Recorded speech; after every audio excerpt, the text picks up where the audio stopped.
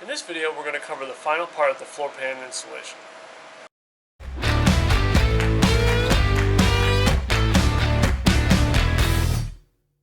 Alright, so my next step that I'm going to do, now that I got everything fully welded in and ready to go, I'm going to take a flap disc, hit all the welded areas just to kind of smooth them out so that way there's nothing sharp. Potentially find any high spots as well as find some low spots if I missed anything. But really, I'm kind of on the home stretch, so I'm going to go ahead and hit the corners, or hit all the welded spots with the flap disc real quick, just to smooth everything out. Make sure you protect yourself. And plug it in.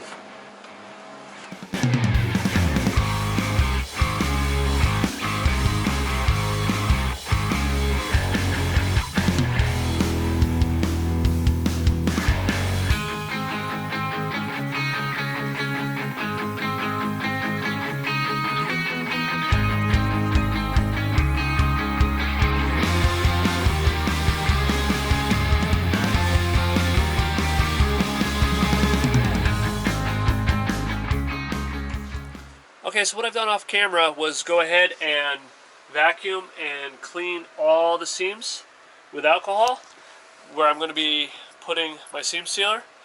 Now, according to this seam sealer here that I got from Napa, this will go on non-painted and or bare metal, which is what I wanted.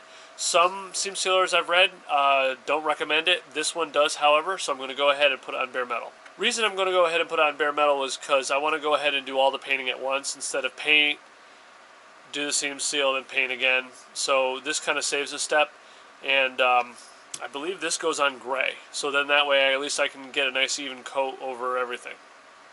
This is what the seam sealer looks like. There's no mixing involved. Literally you just put it on and start spreading. But make sure you're wearing your safety gear.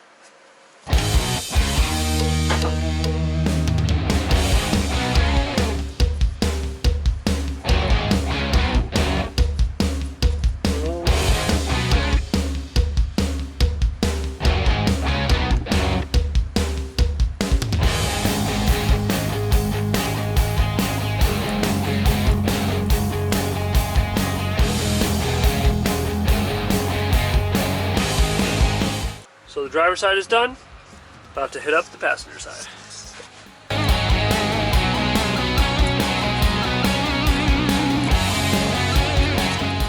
So I'm at a point now where I've seam sealed the whole entire Jeep. All the holes. I might go through and top it off a little bit, but for the most part, I got all the seams sealed. I do have one or two pieces that I have to go back and double check because I must have missed them on my final walkthrough. Two small corners that are exposed. Not the biggest deal in the world. It's probably maybe 20 minutes worth of work. And then I can go ahead, let that cool down, seam seal over that, let that dry for half an hour, and then go ahead and paint. At this point what I'm going to do is let the seam sealer dry overnight. Reason being is that it's a little late in the evening. I don't want to start painting and then have to stop. And at the same time too, letting the seam sealer dry will allow my paint to adhere a little bit better. So that's what I'm going to do. The seam sealer does say it's paintable within 30 minutes, which is excellent. But I'm going to go ahead and just let it dry overnight.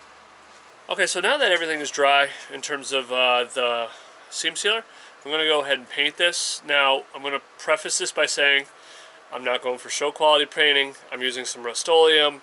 I'm just coating the metal to keep it from rusting. And that being said, I'm just going to go ahead and paint this.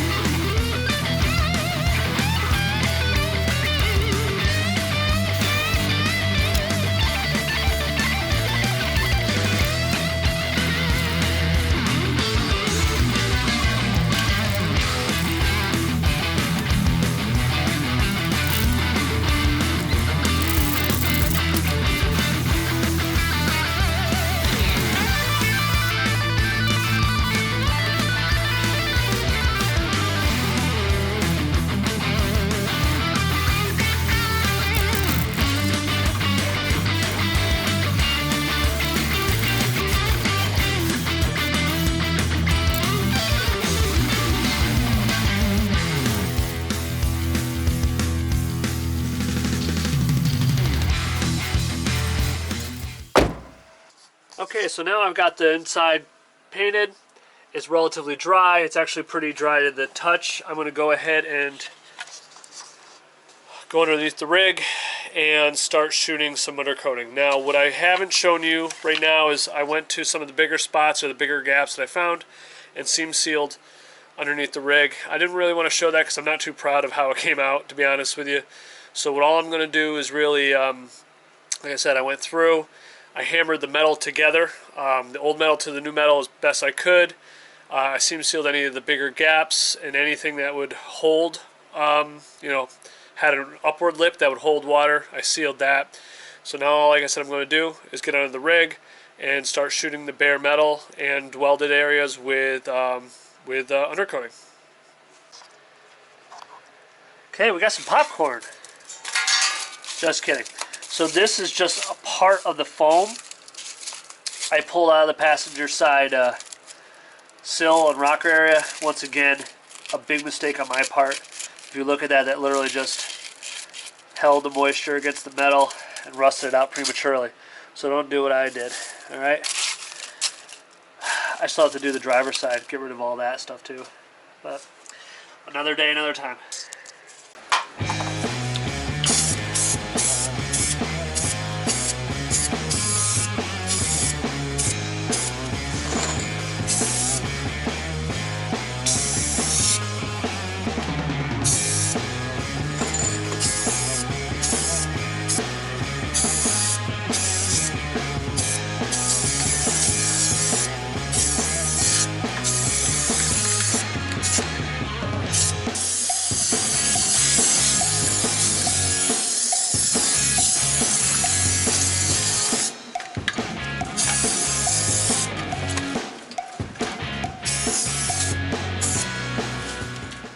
A late addition to this repair is the addition of some sound deadening material. Now I got this kit off Amazon. It looks like a lot. I think I spent about $35 or less for, what was it, 80 mil, 24 square feet. I don't plan on using all of this. In fact, I probably might be able to give some to some friends. I really just plan on doing it where the factory locations are in a couple additional places. Only so because I got mud tires on. I know the mud tires are loud, but I can hear so much in the cab. If I can quiet down the cab even just a little, I can enjoy my music a little bit more.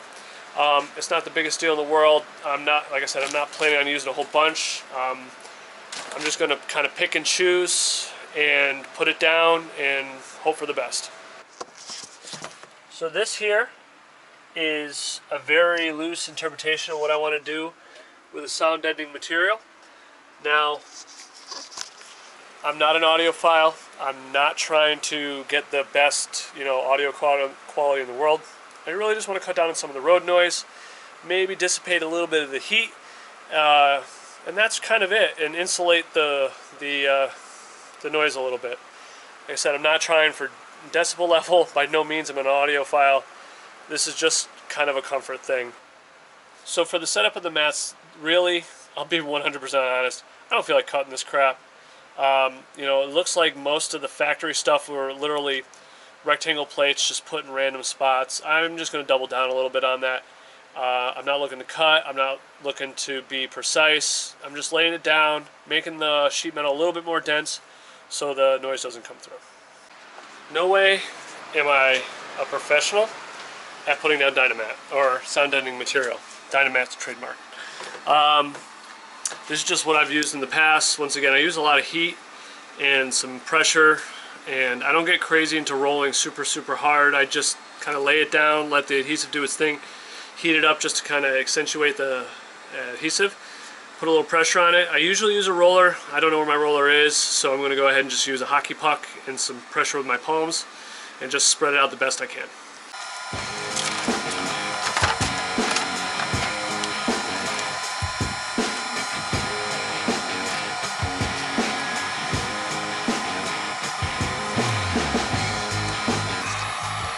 Yeah, using a hockey puck. I don't have a roller. I don't feel like getting one.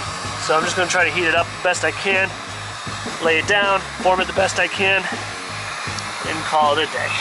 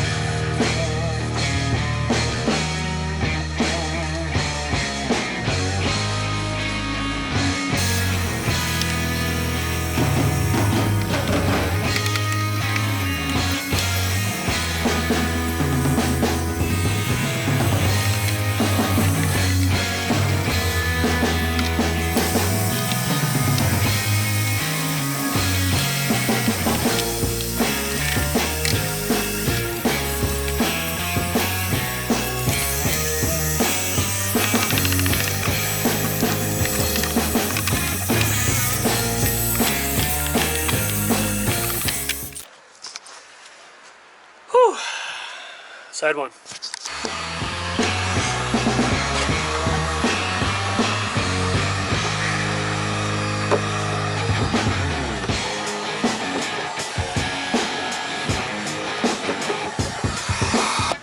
So now is kind of the moment of truth. I'm gonna go ahead, put the carpet back in after I shake it out and just check it. It's cleaner than it was when I pulled it out. Still not as clean as I would have liked it, but obviously you can only do so much with a 20-year-old carpet that has grease stains, mud stains, rust stains, all types of good stuff. There's only so much you can do. Anything was an improvement over what I did have. So what I'm gonna do now, shake the carpet out, place it back in, and then maybe with some luck, I can start putting this thing back together.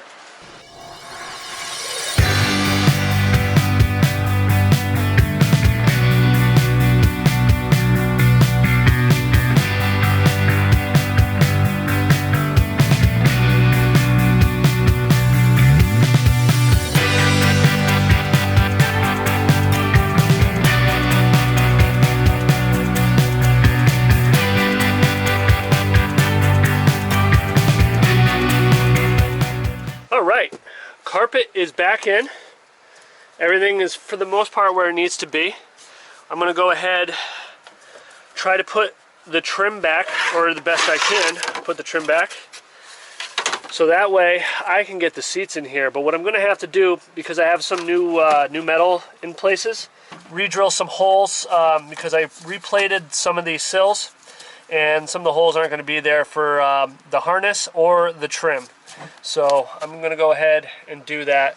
I'll most likely do that off camera just because it doesn't really pertain exactly to floor pans. This is just something that I ran into when I was doing the floor pans.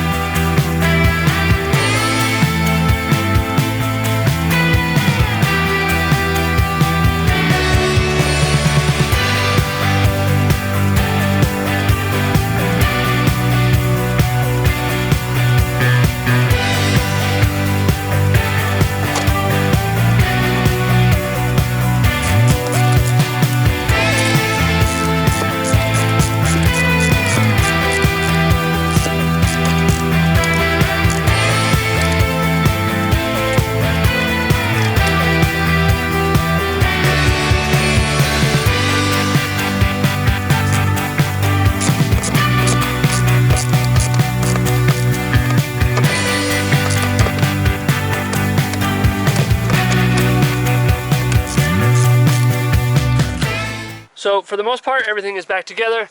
The seat, I just gotta tighten that seat down. That seat's tightened. Just do one more quick vacuum. Seats are in, these seats are in, all the trim is in.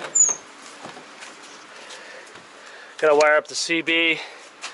And the console will be going in shortly. I just have to do a couple things here first before I do it. But for the most part, everything is in, everything's bolted down. I just gotta check all the torque and tightness, clean it up, and I believe we are ready to go. And that should conclude the floor plan video. If you like what you've seen, have any questions or comments, even constructive criticism, I'll take it. Go ahead and leave those down in the comments. I like to hear feedback no matter which way. And thank you for watching.